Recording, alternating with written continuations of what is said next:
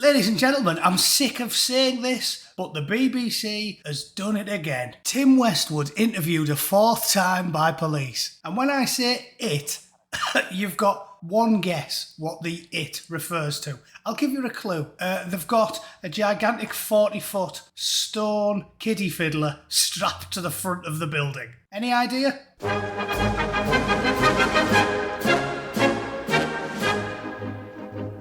Right, this is fantastic. I wish I could say I didn't see this coming, but I did. I've been on my crusade against the BBC for 4 years. Oh, I seen it coming.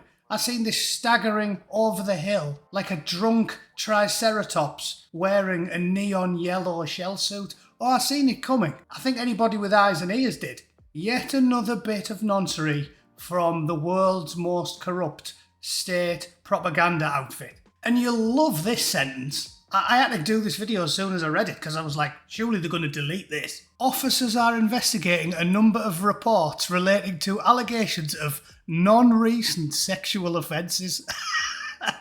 Non-recent sexual offences? Is that even a criteria, is it? Or are the BBC just trying to make it sound as good as possible? Like, he hasn't done anything wrong. It's non-recent. Can you imagine that if anybody else said that? Knock on the door by the bobbies. Although I'm a straight white man with piercing blue eyes and dashing good looks, they'd just kick my door off the hinges, wouldn't they? No knock, badoomph. Then fold me over the kitchen table and roger me with a prize-winning leak. That's how the law works in England these days. However, for argument's sake, if they did knock on the door, what's the conversation going to go like? Mr. Taylor, open up. Yes, hello? We've just had reports that you watched some teenagers kissing on the bus downtown and you engaged in a pocket wank and everybody knew what you were doing, you filthy devil. When was this? Oh, it was last year. Oh, it's a non-recent pocket wank. There's nothing wrong with that. It's a victimless crime and it's non-recent. Fair enough, Mr. Taylor. Excellent point, well presented. See you later, have a good day. Where are you going? Oh, we're just off to read Abu Hamza a bedtime story. See you later. I mean, what world are we living in? Non-recent sexual offences, I love that. Let's read the whole story. Former BBC radio DJ Tim Westwood has been interviewed under caution for a fourth time by the Met. Officers are investigating a number of reports relating to allegations of non-recent sexual offences allegedly committed by a man. What man could it be? The man whose photograph you've put at the top of the story, perhaps? In a statement, police said the offences are alleged to have happened between 1982 and 2016. Oh, he's a professional diddler. He's been diddling like no man should have ever diddled before.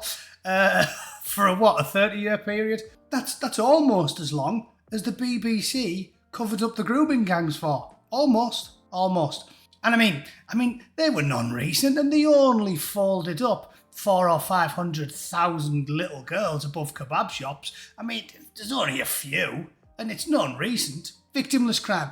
Let's go and arrest someone for having a piss in a phone box. That definitely sounds like 12 coppers should go and do that. Find a white tramp who's relieving himself out the back of an Aldi and get him banged up. Meanwhile, turn a blind eye to 500,000 children getting rogered more than a copper's radio by 1 million swarthy foreigners. Just ignore that, yeah?